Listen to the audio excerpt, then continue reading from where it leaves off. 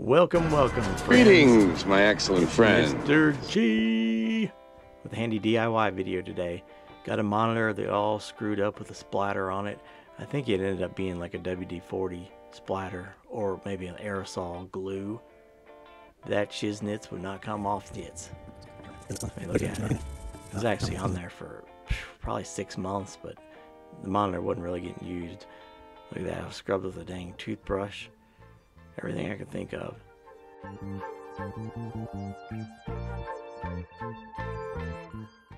Finally I said, well, what about WD-40 itself? And here you'll see that was the trickarooski. That did it, man. I hit it with the WD-40 and it was a miracle. Look at it. Whoop, whoop. It wiped off like it was nothing. Like nothing. So I took it, wiped it all out real good. Then I took a soapy rag, run it all over, you know, try to get it up good, dried it real good. That was it. That's your helpful DIY video by Ed, fast and furious. How much better or more could you ask for? Please watch, share. If you got a situation like this, a dirty monitor, just use some Windex on it. But if you got a big stain on it or something weird, you might try a little space, a WD-40 down in the corner or something, or a generic Walmart brand lubricant like I did. Thank you very much. Until next time, adios. Goodbye.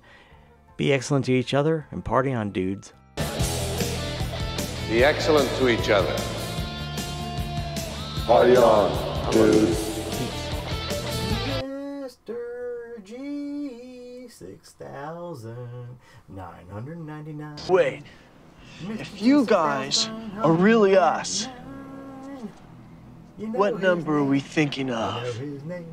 69, dudes! Whoa.